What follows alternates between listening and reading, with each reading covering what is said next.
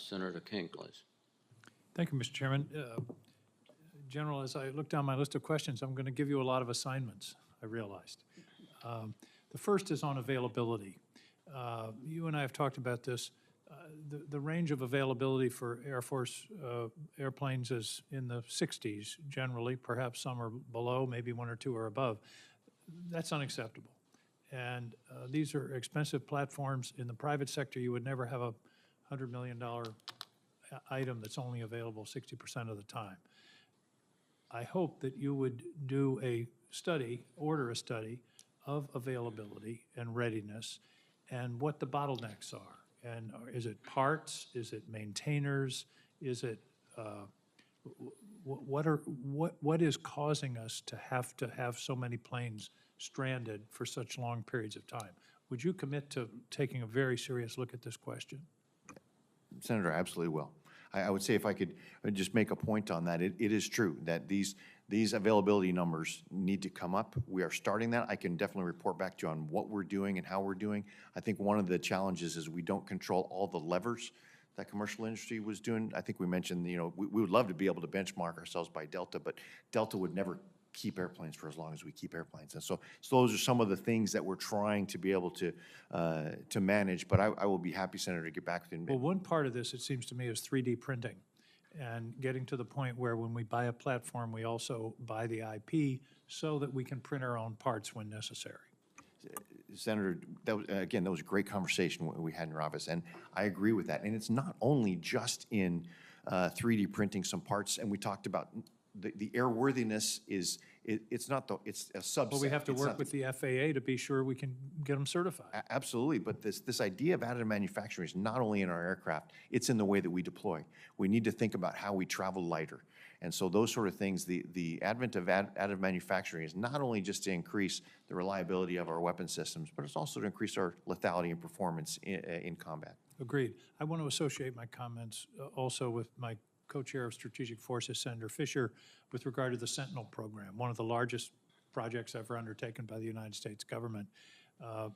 Again, a second assignment, keep an eye on it, keep a close eye on it, because both in terms of cost, timeliness, it's a critical part of our triad, and yet it is a very complex project, so I hope that this is going to get the attention it must have in order to be on time and within budget. Senator, you have my commitment on that. Future conflict is going to involve an immense challenge of logistics, particularly if we're talking about the Pacific. And I hope that there's thought going on in the Air Force about what future conflict looks like. It's not going to be like it was 10, 20, or 50 years ago. It's going to be a very different conflict, and logistics, particularly fuel, is going to be a major challenge. Do you see that as part of the war planning for any future conflict? Senator, I do, and to your point, the future conflict is going to happen at such a speed and scale and pace that whoever gets choked up on logistics first, that could be the critical difference maker. Well, that was going to be my next point. The first thing that's going to go is GPS, and all of the electronic systems that we've come to depend upon. And we have all these very sophisticated platforms, but many of them depend upon things like GPS or alternatives. So I hope that there are, I've pushed the Navy on teaching people at Annapolis how to use a sextant. I don't know if you can do that in a jet aircraft, but there has to be some thought given to the fact that electronic warfare is going to be the first phase of any conflict. The first thing that's going to happen is we're going to be blinded. Senator, I think that's a realistic expectation. And as we look at, through our S&T portfolio, we look at things like alternate position navigation and timing. Those are things that we're investigating, as well as I would lean to my brothers and sisters in the Space Force in building the resiliency to be able to ensure that we don't have that as much of a critical Achilles heel. But your point is well taken in that understanding that the first shot may actually happen non-kinetically or in space, and we need to be able to adapt and respond to that. I would say not may, I would say almost certainly. And the final piece of it, of course, is communications and command and control. Again, Command and control is going to be essential, and we have to, that's got to be, as we upgrade the triad, command and control, I view it as a quad, actually, that command and control is part of the triad.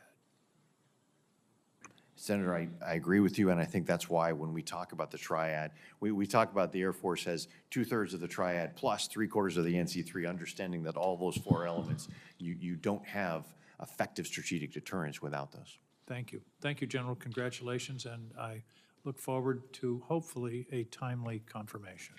Thank you, Mr. Thank you, Senator King. Senator Scott, please. Thank you, Chairman.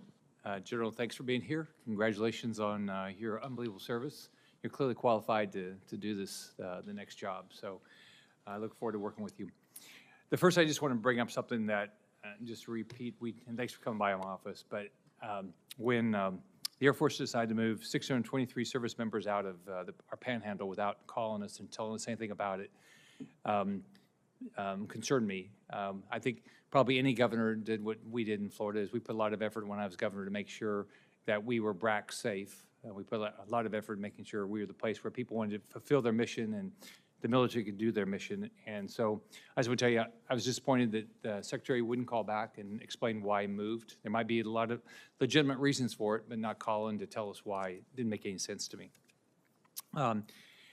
First, a couple questions. Next, Homestead. We talked about this a little bit. You know, it's I think the closest air base to Latin America, and it's a way to project power to Latin America. It's important to the community of Homestead Air Force Base. And when General Brown was testifying, he said that you know, he believes that quote, Homestead still has a mission and will still have a platform to operate from there. So can you talk about what you believe is going to happen with Homestead over the next 5 years?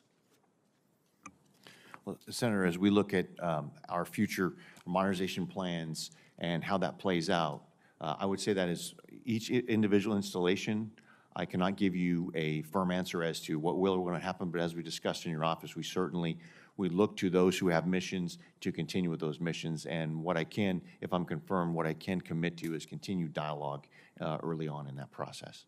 Thank you.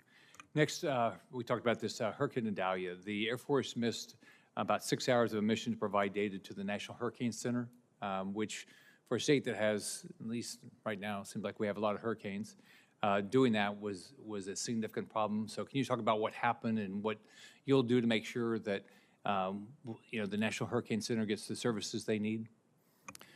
Yes, Senator, and again, I would like to say that, you know, hats off to the recovery effort that was there, and you know, I feel terrible about the damage that was caused by Idalia, but Florida has certainly proved to be resilient through hurricanes.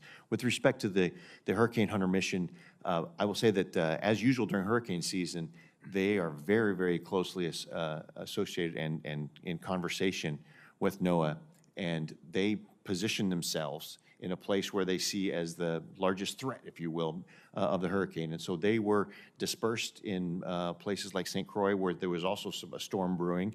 And as the situation changed, they did reprioritize and put more assets in backup. In that interim time, we still had the platform available. Unfortunately, there was a maintenance delay with that, and so that's why the potential gap.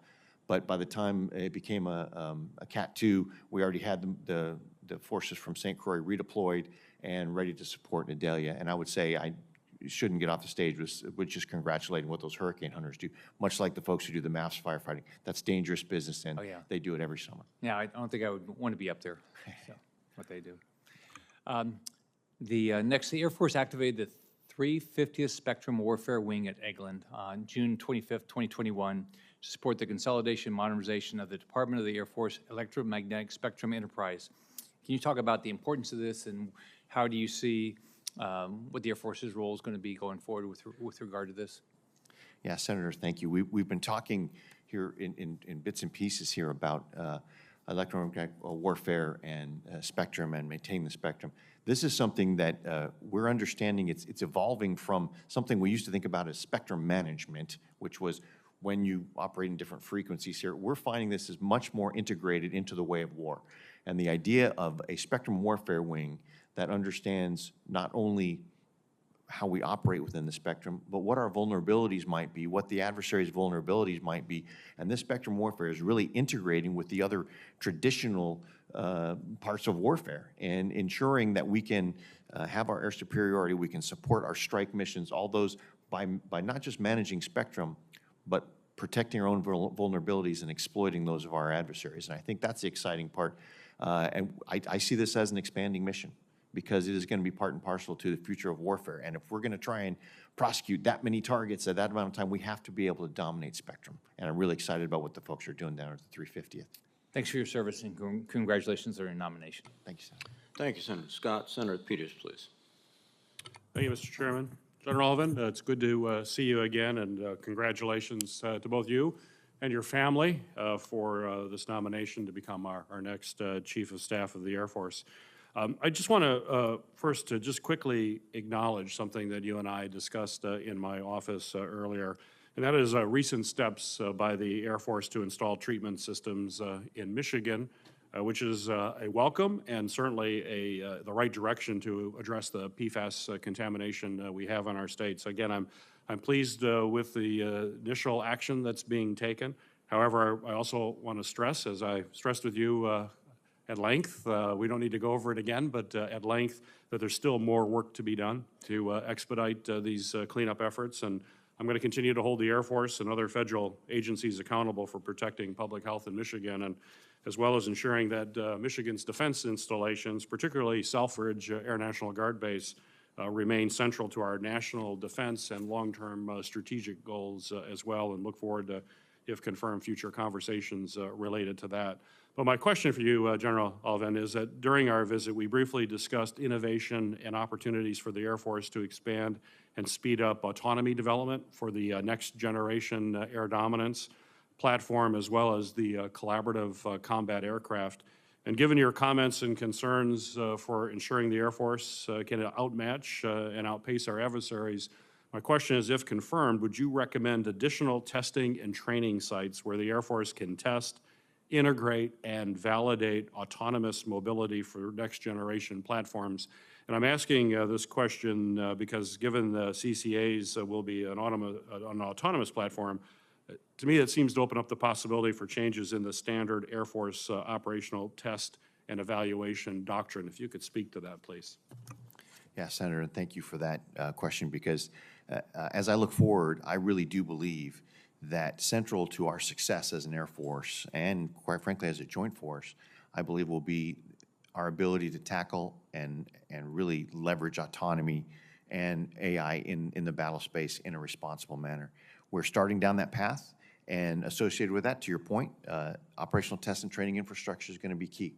As we evaluate what will be required and what the systems and the associated ranges and the airspace that will be required, we need to look at those that are not just perhaps in the traditional testing ranges, but I can see opportunities for more in the synthetic environment, or perhaps more in the actual environment in different ranges. So while not wanting to commit to a certain thing, I believe that that is going to be part and parcel in our transformation of understanding how one can move uncrewed aircraft in a different airspace and a different environment.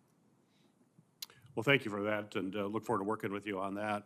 And in the spirit of innovation, partnership and collaboration, I want to highlight a recent conversation that I had with Assistant Secretary Chaudhry, who recently attended Exercise Northern Strike in Michigan. The Assistant Secretary seemed particularly impressed with the Michigan Guard's ability to host and lead it's a multinational, multi-component joint force training exercise using assets like the Selfridge Air National Guard Base, as well as Camp Grayling, and basically the vast physical space and spectrum that's available in northern Michigan. So my question for you, sir, is if confirmed, how would you resource and budget for joint force exercises like Northern Strike that can provide invaluable opportunities for airmen to train with not only the joint force, but with our foreign partners as well? Well, Senator, first I would say that I'd like to add my congratulations for how successful Northern Strike continues to be, because this isn't the first year. Obviously, it's been very successful over the years, continues to grow. And as we continue to look at different ways of supporting the joint warfighting concept, I can see these particular exercises being particularly useful. I also want to congratulate the Air National Guard for how they sort of host all of this and bring it all together from a joint perspective, which shows that, again, we are a total force, Air Force and a total force joint force. If confirmed, I will continue to advocate for these types of exercises that can advance on our joint warfighting concept. The Joint Staff J7 also is one of those elements that has looks over their joint training exercise program. So if confirmed as a member of the Joint Chiefs, I will also look to work with them to ensure that our joint training exercise program leverages all of the capabilities and all of the competencies for things like Northern Strike to be integrated into our exercising and training going forward. Great. Well, thank you, General. Thank you, Mr. Chairman. Thank you, Senator Peters. Senator Schmidt, please. Thank you, Mr. Chairman. Thank you for being here, General, and thank you for your service to our country. I want to start by just noting I have serious concerns about our military remaining neutral in the political sphere. If confirmed, you have a duty not only to protect the country, but also to protect the reputation of the military by your words and actions, of course. Previous actions and comments by some in our military command have thrust our military into political issues that are both distracting and inappropriate. As we get increasingly concerning reporting about China's military growth and ambitions, I fear that the People's Republic of China poses a threat to our country like none other we've had in our history, both militarily, economically, in their designs. A potential conflict with China would necessarily rely heavily on the Air Force, and our preparedness for such a scenario is my chief concern. I look forward to hearing your thoughts on that.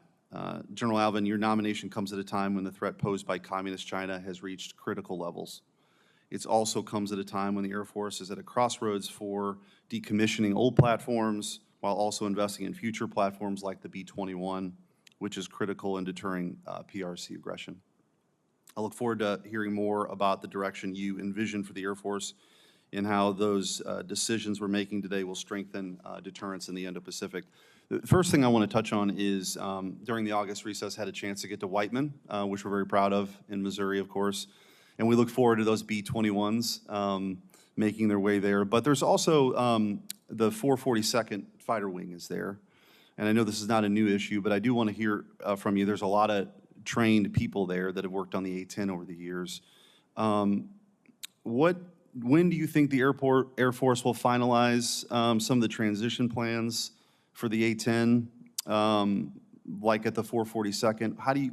Where do you see this moving? Because obviously, once you lose kind of a trained workforce, it's very hard to bring that back. And I know that follow-on mission is really important. What are your thoughts on that? Well, thank you for that, Senator. And of course, Whiteman it's a crown jewel. And I think the people around Whiteman have gotten used to seeing interesting-looking platforms flying around and being impressed by them, and so I'm sure the B-21 will not disappoint. To your point about the 442nd, Senator, I think it has the distinction of really serving well with the A-10, and we know that is a platform that does not necessarily find its place in the future with the fight with China. As we look towards working with the Reserve Command and how we can leverage not only perhaps an association on the B-21, but for future missions. In any of these, the first thing that we want to do is see if there is an appropriate flying mission. If there's not an appropriate flying mission, we at least want a continuing mission. So as we go forward, I believe the A-10 divestment in Whiteman isn't until later in the fight-up, but we will, I commit to you, if I'm confirmed, we will be in dialogue about opportunities and the pathway that we're approaching, looking at the total force laydown as we're looking at a force design, which is potentially going to have a larger overall Air Force footprint, but how we can ensure that total force, to your point, Senator, that the great skills and capabilities that are resident in those maintainers and flyers are not lost as we have this very critical time in the fight with China. Well, and as you know, in just talking with them, the longer, and I'm preaching the choir here, but I think it's important to note, the longer that goes on, people make decisions in the reserve of where they go, and so I think it's important, obviously, to kind of move that along just for some certainty. But as I do want to, I have to ask you, I touched on this during my opening remarks. I have, which is not news here today, but serious concerns about injecting politics into our military. I think it's incredibly divisive. There's no place in it, and I'm not espoused, and I don't want one particular ideology to take hold. I just feel like The military is there to be a lethal fighting force that needs to be prepared. And so some of the things we've seen over the last couple years are concerning. And the Air Force in particular, some of the top brass have waded into this headlong. General Allvin, you are not a signatory to this, but I do want to ask you, last year, General Brown was a signatory to a memo that advocated for racial quotas for Air Force officers. Can you share your thoughts with that August memo? Senator, I will. I'll share my thoughts. My thoughts are that our focus has always been about fielding the best, most capable, most lethal Air Force. And my understanding of that memo was that it was designed to reach further out into the corners of the country to find the best available talent. But we are a meritocracy, and we are one that's focused on lethality and readiness. And to the point you made earlier in your statement, Senator, which couldn't be more correct, is that we have a growing threat. And we have to focus and we have to maintain our readiness and our focus on a sense of urgency on being able to meet that. And so it is and will be, if confirmed, my continued focus is ensuring the readiness and the lethality of this force to meet the threat and making sure our airmen stay focused on that as well. Thank you. And I share your desire to reach out to as many people as possible. And I haven't heard anything from your testimony that you'd be advocating for racial quotas. Again, I think this is a poison. Writ large, but certainly in our military, so I appreciate your answer. Senator, I will not, and if confirmed, I do not intend to at all ever advocate for racial quotas. Thank you. Thank you, Mr. Chairman. Thank you. Senator Kelly, please. Thank you, Mr. Chairman. And General Allvin, great seeing you again. Enjoyed our conversation last week, and congratulations on your nomination. Thrilled that in July, the Air Force announced that Davis-Monthan has been selected as the preferred location for the Air Force Special Operations Power Projection Wing. And this is a critical step in the Air Force basing process and represents a formal decision by the Secretary to advance the transition plan on this. And this important decision allows the Air Force to modernize to meet the pacing threat from China while still retaining critical capabilities and the flexibility that's necessary to engage any threat, anywhere, anytime. And there are a series of other actions, including fleet modernization and new assets coming to Davis-Monthan as part of this transition. So, General, do I have your commitment to closely monitor this transition and the activities around it at DM to ensure that in each step in the process that it occurs in a timely manner without delay? Senator, you absolutely have my commitment on that. Thank you. And if you do wind up encountering any delays or identify any need for additional resources, I ask that you come to me and this committee right away. So do I have your commitment to stay in close communication with me and with the rest of the Arizona delegation in particular on the status of these activities? Senator, you do. Thank you. Thank you, General.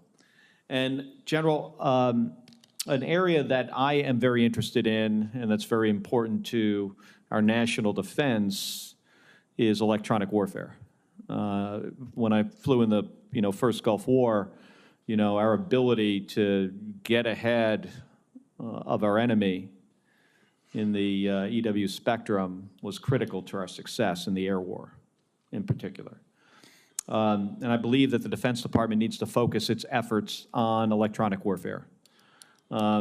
Because now, even more so than in 1991, that's where the next war is likely to begin.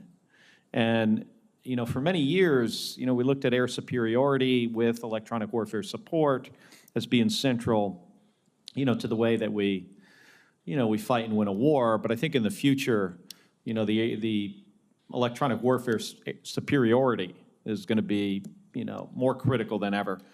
And so I worked on some language that's now in the defense bill to direct the Joint Chiefs and the Undersecretary for Research and Engineering to strengthen capabilities at EW ranges, like the range, the electronic proving ground at Fort Huachuca in Arizona. And this training and a new Western Range complex demo that I proposed, it's going to benefit all the services. I'm pretty sure of that. So General, how do you intend to approach preparing the Air Force and all the services for the EW fight? Senator, thank you very much for that question.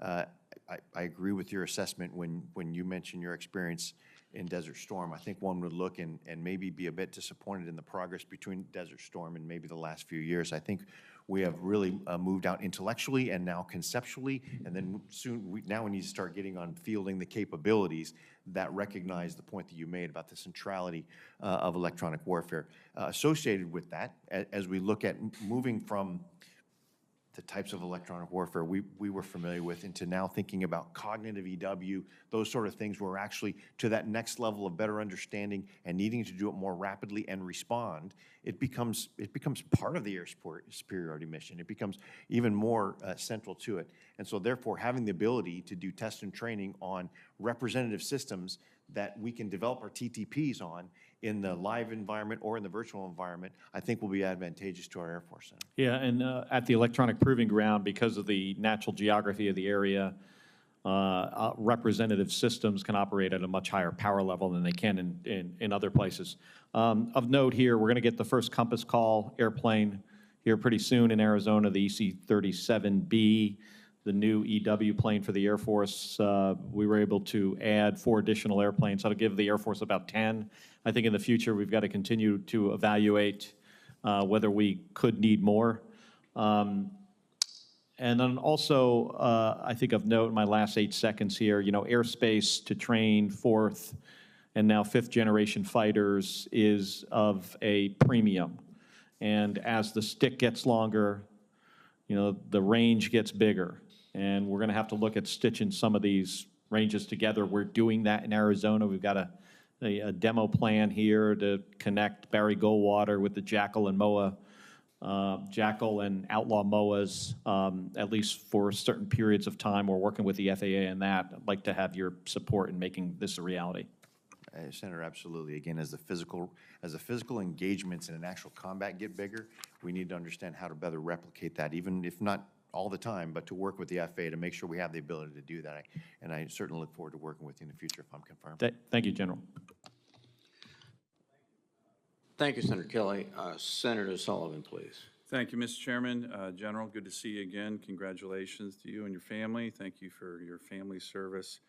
Real quick on a whole host of issues, but just following up from Senator Kelly's, you have to stitch together things in the lower 48, but talk about JPARC and how important JPARC is going to be for the future of the Air Force, future of the Navy, future for American aviation, airspace, bigger than Florida, and expanding, right? We can expand it there. The only people get a little upset are some of our moose hunters in the fall, and we can cooperate with them. But talk about the importance of JPARC and how that's a premier range for training.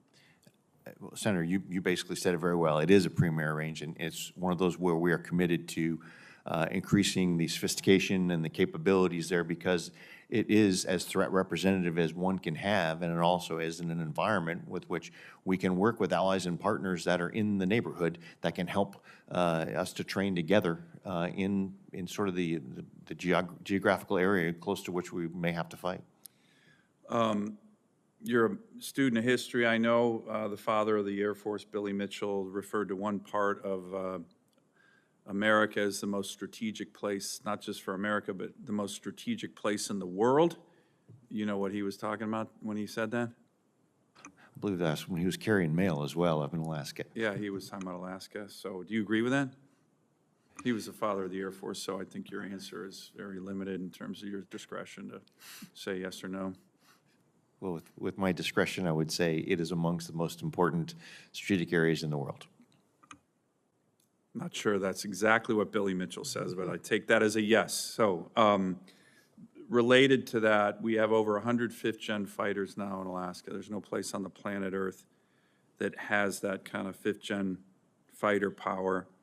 But as you and I have talked about, on the KC-46, the original basing plan, after much study by the Air Force, was to put all of the 179 original purchase to be based in the lower 48. my own view, haven't dug into that a lot. I'm not sure how strategic that was. That may have been more budget-driven than strategy-driven. But now that the Air Force is leaning towards buying 75 more, can I get your commitment to take a look once again at basing some of those in Alaska, co-located with 105th Gen fighters, co-located with J-Park, which is the best training probably in the world.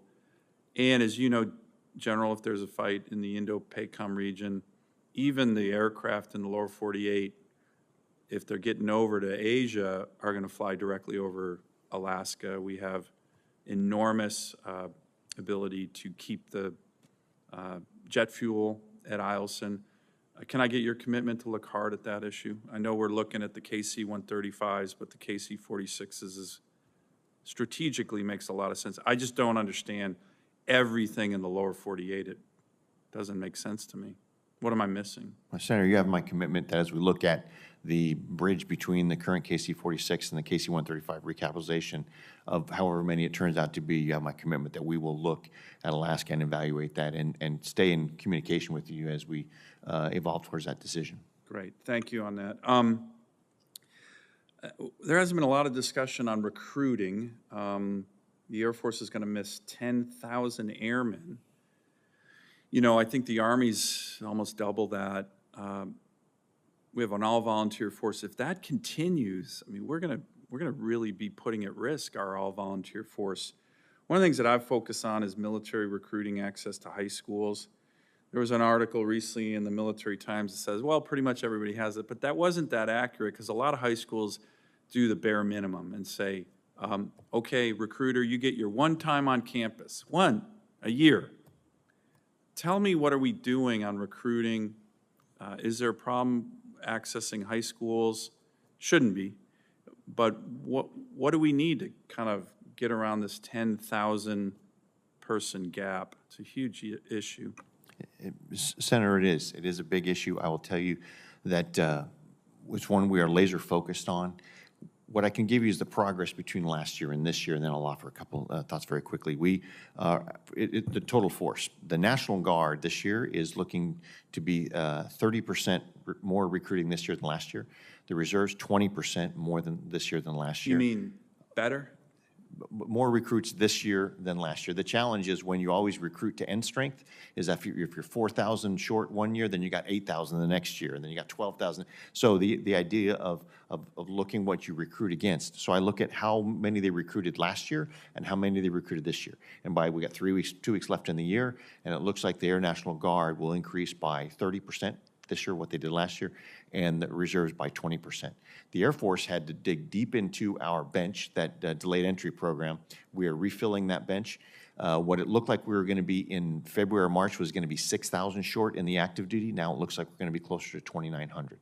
All that to say, we are starting to look at these programs where we are reevaluating our policies without sacrificing standards. We are looking at some of the more incentives that we're enabling more folks to come in here. But to your point, Senator, specifically about outreach, we need to be more active about getting into the high schools consistently. I think hopefully we're at the end of the real post-COVID not being able to get into schools. That 2 or 3 year period is, I think we're done with that, to be able to think about that as a cause. So our getting back into those high schools and fundamentally meeting these prospective airmen where they are and reaching out to them digitally, I think, and we are looking at increasing the number of recruiters to be able to do that. And if I'm confirmed, it will remain, I've been ahead of a task force to help move some of these forward, and it will remain a focus of mine if I'm confirmed. Great, thank you. And Mr. Chairman, I know there's been discussion on this. I just want to make one comment. Nobody's working as hard, I mean, as you and I and others on this issue of getting our flag officers confirmed, trying to find compromise. I do think there is certainly a role with the majority leader to start bringing some of the members of the Joint Chiefs to the floor for votes. That's what we've done for many years, and to deny that that's a part of the responsibility. We've been confirming all kinds of lower-ranking people. I think the majority leader needs to get involved in this as well, but I'm going to continue to work with you, Mr. Chairman, on this issue. I know it's very important to our flag officers, and I care deeply about it, but there's a role for everybody. Thank you. Thank you, Senator Sullivan. Senator Blumenthal, please. Thanks, Mr. Chairman. Thank you for being here, General. Thanks for your candor in our meeting the other day and today as well. I want to congratulate you and thank you and your family, Gina, and your 3 children. I know you can't do what you do without their support, and they serve as well as you. You and I talked the other day about training Ukrainian pilots. I know you've talked a little bit today about the F-16s and how important they are to the Ukrainians' fight against Russia's murderous aggression and atrocities, war crimes there. And I have visited Ukraine 4 times in the last 18 months. I've advocated that we provide F-16s probably for the past year. You and I discussed a little bit the length of time required for training, the need to learn English, at least enough English to be able to be trained. And I wonder if you could tell me again, assuming that those Ukrainians have that language understanding, the linguistic ability,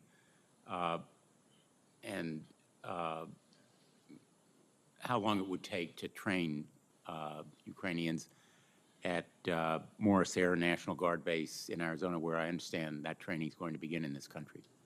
Well, Senator, thank you for that question. And I really have been throughout this hearing. We've talked to Ukraine a little bit, but I haven't said how proud I think we all are of Ukraine for what they've done and their bravery. And so in our support, integrating with our European allies and partners in the training, we did talk in your office about how long it takes to train.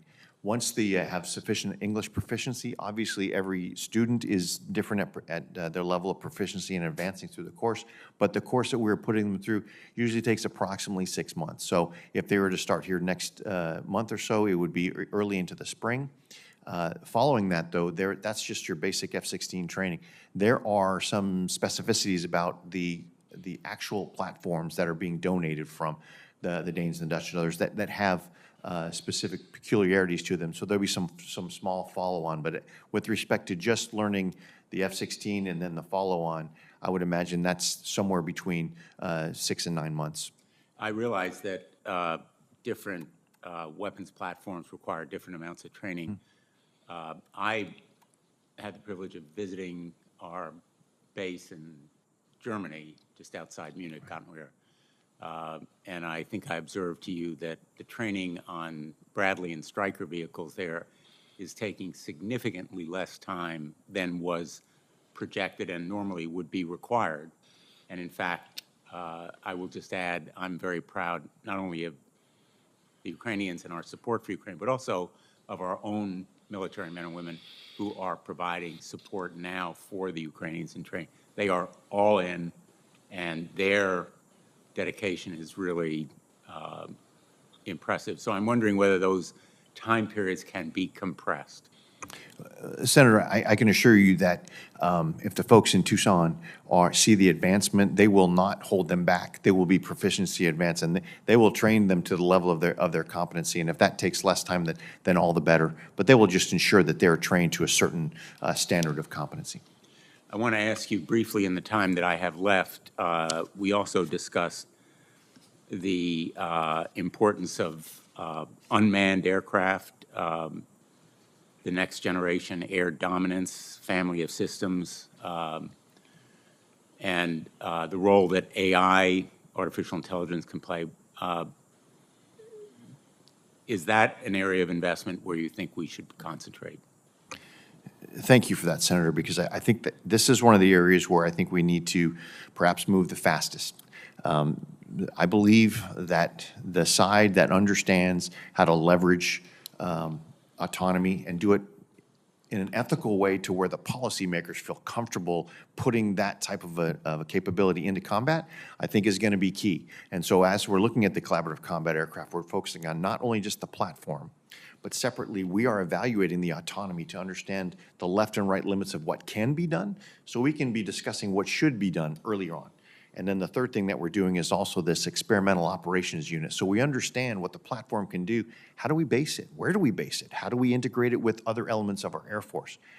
Senator, we're trying to do those all at the same time so we can field that capability responsibly and effectively as soon as possible. And I think that's going to be a key to future combat. Finally, let me just say, I'm going to enthusiastically support your nomination. I hope we will confirm you as quickly as possible. But to Senator Sullivan's point, confirming just the very top officials of our military leadership will deprive them of the leadership that reports to them. And you can't do your job without a team under you. And you've observed to me how important you think that team is. And I hope we will resolve these issues as quickly as possible. Thank you. Thank you, Senator Blumenthal. For the second round, Senator Kramer, please. Thank you, Mr. Chairman. Thank you, General, for hanging in there. First of all, you've said the words collaborate and dialogue a lot, and I think you mean them. I take you at your word. But if after confirmed you actually do that, you will be unusual, just so you know. So we're looking for you to start a new tradition around here. Now, I followed very closely the question with Senator Fisher, Senator King, Senator Budd regarding the Sentinel. And by the way, thanks for the shout out for the 100-year-old B-52. Incredible. You know it. We all know it in North Dakota. But the Sentinel is equally important to us in modernization. Are you committed on behalf of the Air Force to see this thing through to all three bases of ICBMs being modernized to completion, realizing that the end will be after you and I are both gone probably. But it's really important that we're committed to this all the way through. Senator, I'm absolutely committed, and if for no other reason, then it's required. Yeah, thank you. The idea that we now have another country who is fielding nuclear capabilities in a very rapid pace, we'll have an even more complex nuclear deterrence environment. And so to be able to ensure that we have that safe, reliable, and effective in a way that is modern is absolutely critical. It underpins this nation's defense. Thank you. Well said. Thank you. Then one last thing, and I'm going to get back to the previous discussion about Grand Forks. And thank you for accepting my invitation to come to the UAS Summit as my guest. You're one of two that will be there. As you know, General Saltzman is joining us as well. I want to take full advantage of all the jet fuel that's going to be used to get you, both of you there. And I want to show you every corner of that base. I know you served there, you commanded, but what's going on the private side, on the civilian side, is nothing short of remarkable. What General Atomics is doing, training our pilots and our allies' pilots, what Northrop Grumman, their operations, incredible. Obviously, TRMC's use of the RQ-4s, it's remarkable stuff. I want you to see that innovative ecosystem that's been created and that's enhanced, frankly, by the University of North Dakota. Just last week, I was there to celebrate the very first National Security Fellowship at the School of Engineering. We've created that ecosystem that even the FAA recognizes and allows us, and our radar system that allows us to test beyond visual sight. And so I want to do that, but you might have to stay more than a couple hours. That's my only point. I want to take full advantage of you and General Saltzman together and have these very serious conversations about the future. Senator, I commit to that. Because I do look forward to that. And when you say the words innovation and ecosystem, that sort of gets my blood going as well, because I think that's part and parcel to our future is leveraging all the innovation is out there in all parts. Well, then I might have to do a roundtable with a bunch of smart deans and students as well. Thank you. Thank you, Senator Kramer. Thank you very much, General. I look forward to seeing your rapid confirmation. I think you and Secretary Kendall will make a superb team, and I commend you for your service to the nation and, just as importantly, your family's service to the nation. You've made us all very proud. Thank you. And with that, I would adjourn this.